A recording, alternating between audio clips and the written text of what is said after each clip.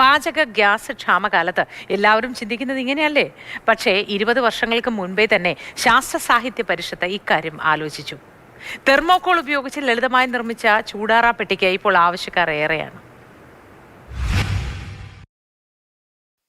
LPG പ്രതിസന്ധി ഉടലെടുത്തോടുകൂടി ഈ പാചകത്തിന് ഉപയോഗിക്കുന്ന ഊർജം എങ്ങനെ പരമാവധി കുറച്ച് ഉപയോഗിക്കാം എന്നുള്ളതിനെക്കുറിച്ചുള്ള സജീവമായ ചർച്ചകൾ നടന്നുകൊണ്ടിരിക്കുകയാണ്.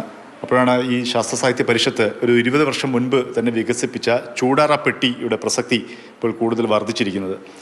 ഇത് എങ്ങനെയാണ് ഇതിൻ്റെ പ്രവർത്തനം? എങ്ങനെയാണ് ഇത് നമുക്ക് പരമാവധി ഊർജ്ജം കുറച്ച് ഉപയോഗിക്കാൻ പറ്റുന്നത്? സാധാരണ വെള്ളം തിളയ്ക്കുന്ന സമയം മാത്രമേ നമ്മൾ ആവശ്യമുള്ളൂ. വെള്ളം തിളയ്ക്കുക, അരി ഇടുക, അരി തിളയ്ക്കുന്ന ഉടനെ തന്നെ ഈ പാത്രം ഇതിലേക്ക് എടുത്ത് വെക്കുക, ഹോട്ട് ബോക്സിലേക്ക് എടുത്ത് വെക്കുക.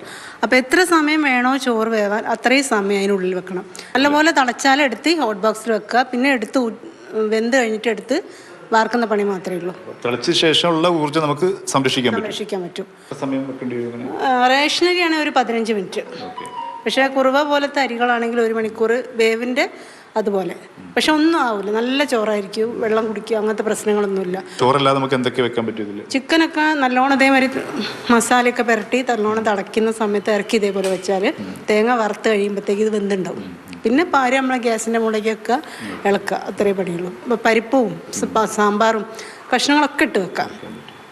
ബിരിയാണിയൊക്കെ വെക്കാൻ പറ്റും. അതെ, ബിരിയാണി, നെയ്ച്ചോറ് പോലെയുള്ള ദം ചെയ്ത് ഉപയോഗിക്കാവുന്നൊക്കെ ഇതിൽ ചെയ്യാൻ പറ്റും. ഈ നോമ്പ് കാലത്താണ് അധികവും ഇതിന് ആവശ്യക്കാർ കൂടുതലായിട്ട് വരുന്നത്. ഭക്ഷണം ഉണ്ടാക്കി വെച്ച ഭക്ഷണം പിന്നെ ചൂടാറാതെ കുറേ സമയം ഇതിലേക്ക് ഇരിക്കും. കൂടുതൽ നേരം പുകയത്തിരുന്ന് അടുപ്പത്ത് ജോലി ചെയ്യുന്ന ആളുകൾക്ക് ആ തിളച്ച സമയത്ത് തന്നെ എടുത്തിട്ട് ഇതിനകത്ത് വെക്കുകയും ബാക്കി ജോലി ചെയ്യാനായിട്ട് പോവുകയും ചെയ്യാമല്ലോ. ആ അടുപ്പ് ഒഴിവായി അടുത്ത സാധനം വെക്കുകയും ചെയ്യാം. വിറകിൻ്റെ ഉപയോഗം കുറയ്ക്കുക എന്നുള്ളതാണ് നമ്മുടെ ലക്ഷ്യം. അന്ന് സാധാരണ കല്ലടുപ്പിനകത്ത് ഒരു 8% തെർമൽ എഫിഷ്യൻസി കിട്ടിയിരുന്നത് നമ്മുടെ പരിഷത്തടുപ്പാകുമ്പോൾ ഒരു 32% കിട്ടുമായിരുന്നു. അപ്പോൾ നമ്മൾ ഉപയോഗിക്കുന്ന വിറകിൻ്റെ അളവ് 4-1 കുറയാൻ സാധിക്കും. അങ്ങനെ ആ കുറഞ്ഞ അടുപ്പിൽ തിളച്ച് കഴിഞ്ഞാൽ ചൂടാറപ്പെട്ടിയിലേക്ക് വെച്ച് കഴിഞ്ഞാൽ പാചകത്തിനുണ്ടാകുന്ന സമയം കുറയും. ഇവിടെ പറഞ്ഞതുപോലെ തന്നെ ഈ അടുപ്പ് വേറൊരു ആവശ്യത്തിന് ഉപയോഗിക്കാനും സാധിക്കും. ഇത് വലിയ തോതിൽ ആളുകൾ സ്വീകരിച്ചതാണ്.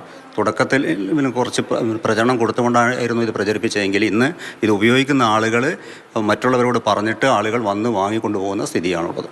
നമ്മൾ LPG പ്രതിസന്ധി വന്നപ്പോഴാണ് ഈ പാചകം എങ്ങനെ കൂടുതൽ ഊർജ്ജം കുറച്ച് ഉപയോഗിക്കാൻ കഴിയും എന്നുള്ള ചിന്താലോചനയൊക്കെ നടക്കുന്നത്. പക്ഷേ പരിഷത്ത് ഒരു 10-20 വർഷങ്ങൾക്ക് മുൻപ് തന്നെ ഇതുമായി ബന്ധപ്പെട്ട ആലോചനകൾ നടത്തി.